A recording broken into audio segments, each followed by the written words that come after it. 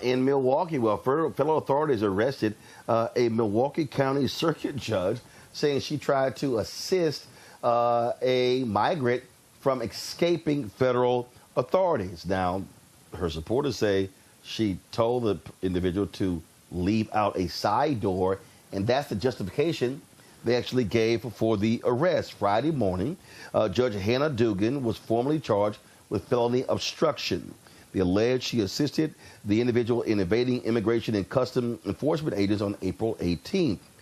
Now, this is the first time a local official has faced criminal charges under Trump's second administration. Now, here's the deal. They had an administrative warrant, not a criminal warrant, an administrative warrant. And so that's what they were using as the basis for this arrest. Well, Michael, when you start arresting judges, to all the people who are saying, well, he's not going to be that bad, here you go. You have amnesia of the first time in office, because the first time in office was horrible. This is lawlessness on steroids. This is even worse. Let's I always give the test. If you think it's not this bad, what would you do if Barack Obama did the same damn thing? Would you sit here and say, oh, it's not that bad for Barack Obama to have judges arrested? It's not that bad for Barack Obama to attack the Republican National Convention's or the Republican National Committee's #1 online fundraising platform? It's not that bad for Barack Obama to release convicted domestic terrorists that tried to overthrow the government and give 1,500 pardons. It's not that bad. So, this is more lawlessness here, but this is designed to intimidate judges who various cases are going to go before, possibly, because we know there have been about 130 lawsuits or so filed against the Trump administration. In the past week or so, the NAACP has filed a lawsuit against the Department of Justice, including Linda McMahon, regarding their DEI policies. So this is more thuggery and lawlessness, but this is what you get when you elect a 34-time convicted felon.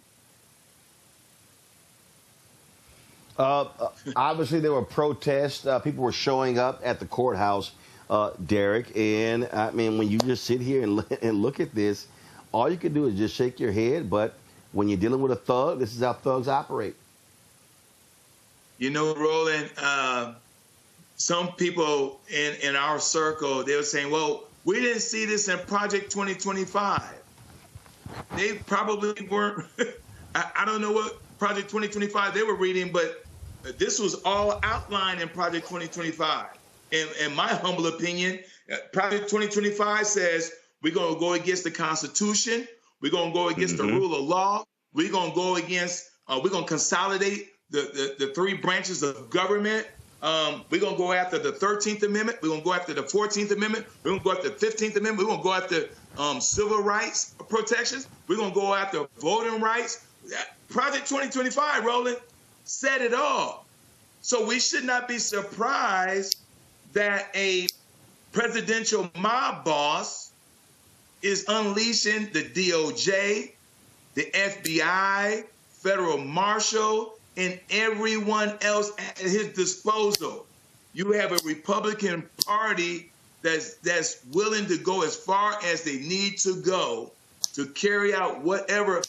Man, it's getting exhausting to say unprecedented, but this is unprecedented.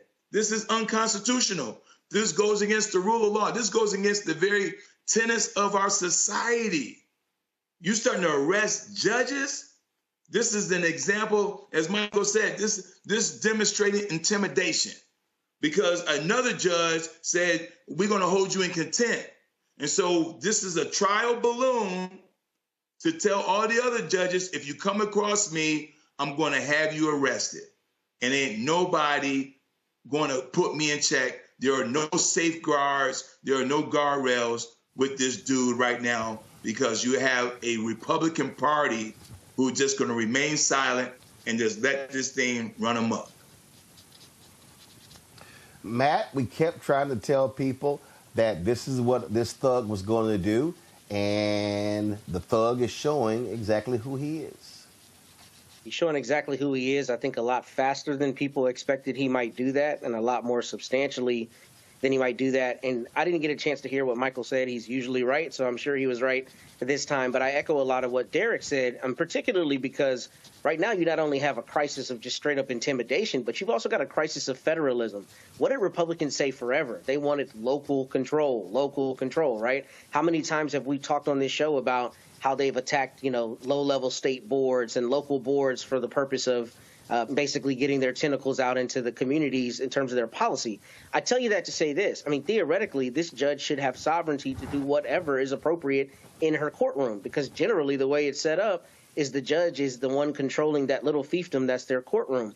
If the federal government now says you cannot do that, right, because you're subject to what we think is appropriate in our policy, and if you don't do what we want you to do, we're going to come in and arrest you, that's not only purely intimidation, but it's also indicative of the idea that we don't care about any boundaries. The only boundaries that exist are the boundaries that we say exist, not the boundaries of state law, not the boundaries of jurisdiction. I mean, that's what you see, right? When you look at the president, usually the president doesn't have any involvement in local matters. And I know here, this was the FBI arresting this judge, but that's really a subterfuge. The bigger thing is the Trump administration is trying to make it exceedingly clear that they hold all the cards, they exert all the power, and they don't care what the alleged power structure or constitutional power structure actually sets up. They're going to do whatever they want. They're going to run roughshod over those boundaries, and a judge in her courtroom does not have the authority, despite all those years of saying local control, that she has constitutionally under the Wisconsin Constitution and statutes.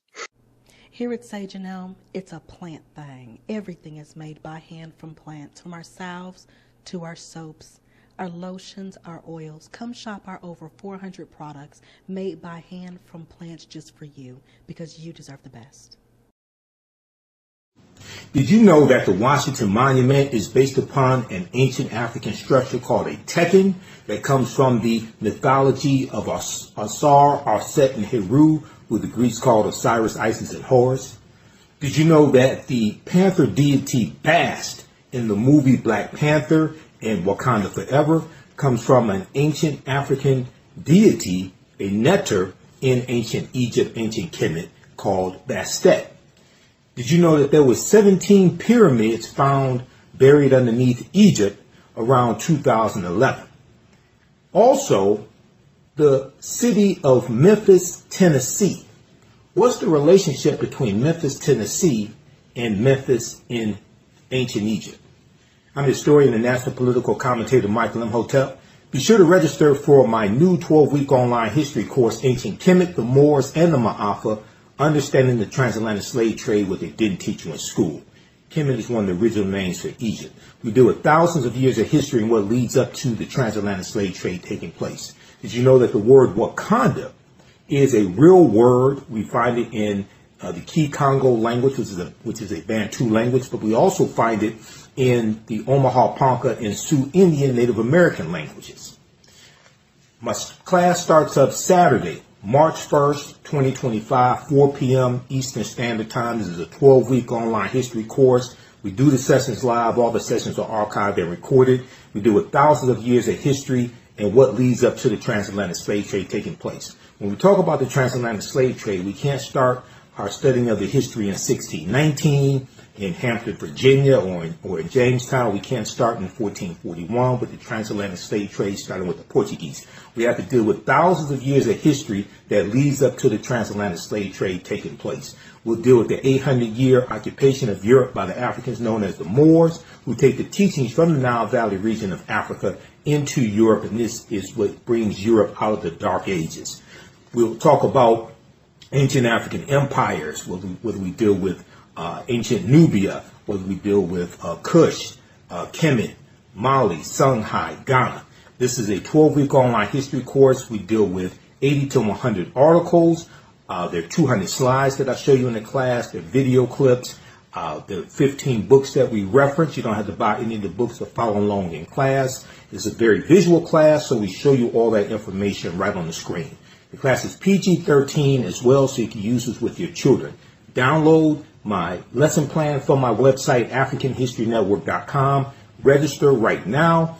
Right now, it's correct strong behavior. It's not over till we win. Wakanda Wakanda forever.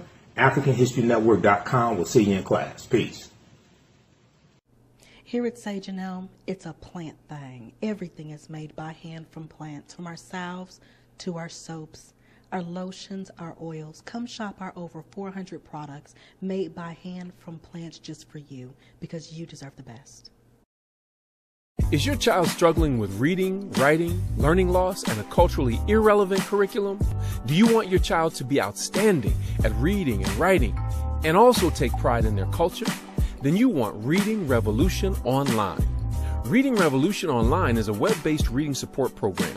We serve scholars in grades K through 8, and through our innovative approach, we help them build reading confidence and cultural identity development, equipping them for success in school and life. They learn about Black heroes and sheroes through captioned videos, reading selections, and other activities. Reading Revolution Online is an experience for the whole family. Do it for the culture. Go to